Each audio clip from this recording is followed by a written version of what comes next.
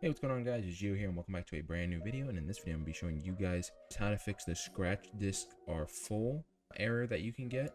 It's very simple. The first thing you can do is go to Edit, Preferences, and you're going to want to click on Scratch Disk.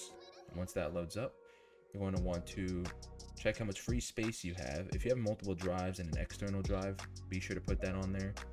I have a secondary hard drive, which is my G drive, and I put that as one as well as the main drive that I have, which is the C drive. And the D one down here is my external one, but it doesn't have as much storage, so I just like left it off. So yeah, if you have a secondary hard drive, just click on that one and make it active, and then it'll add that one, and it shouldn't give you the scratch disk is full error. And then also, quick little thing, this is a little sidetrack. If you go to performance here, I tend to put this at 75%, so then it runs a little faster as well. You want to click OK once you're done doing all that, and then you want to go to the search bar and type %appdata%. Once you do that, you're going to want to click on app data, like on the top of the folder. It'll automatically put you in the roaming folder, but that doesn't matter right now. We're going to want to go straight to the app data folder. You want to click on that, go to local, go scroll all the way down to temp, and then everything in this folder you're going to want to delete it. Just press Control A when you're in that folder, click delete,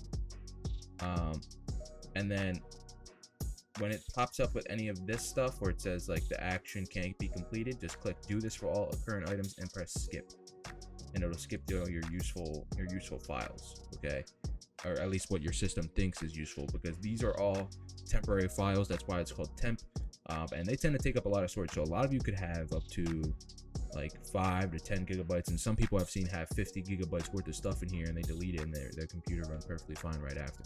And that's the best way of going about that. You could also do a disk cleanup. I'm not going to do it here, but you could select your individual drives and then you could clear them up, and it'll clean up all the useless stuff that's stuck in there. I'd also check your downloads folders, delete any of your useless downloads, and then in the documents section as well, a lot of people have documents in there that they just straight forgot about, so you're going to want to delete those as well. After that, you're going to want to close Photoshop out. Unless you're trying to save something, just try and click OK and see if it saves first. If it doesn't, then I would try to just close it out, restart it, and then it shouldn't give you the error the next time you try and save that. I know you're going to lose some progress, but that would be the secondary option I'd give you, unless you like somehow figure out a way to get a recovered version of it, because Photoshop's been having some weird glitches lately where it doesn't recover some files and some it does.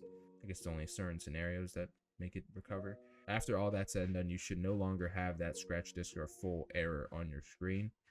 Make sure you go in the recycling bin and delete everything, because just because you delete it doesn't mean it's fully gone yet. You're going to want to delete the stuff that's in the recycling bin to actually clear that storage that's being taken up. So that should be the easiest way to go about that. You should no longer see that error again. I can't really replicate the error that pops up on the screen, but almost every person that's used Photoshop or any Adobe product knows what that error looks like. So that is the easiest way to go about fixing this. Hopefully you guys have a wonderful day, and I hope this helped you guys. So talk to you guys in the next video. Later.